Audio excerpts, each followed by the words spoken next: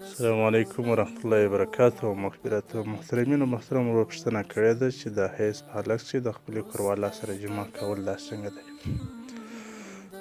محترمه په دریم نقطه کې راځي چې د حیض په حالت کې د ښځې سره یوې تیږو او کوروالی کول حرام دی او ګناه کبیره ده.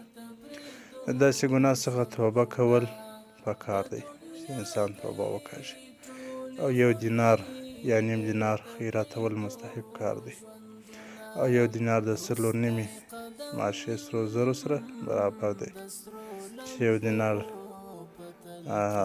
400 روپۍ جوړیږي اندازه. دا خیراتول مستحب کار دی، خو د حیض په حالت کې کوروالی کول ګناه کبیره ده او توبه کښل د آینده دپاره پر انسان باندې لازم دی چې توبه وکړي.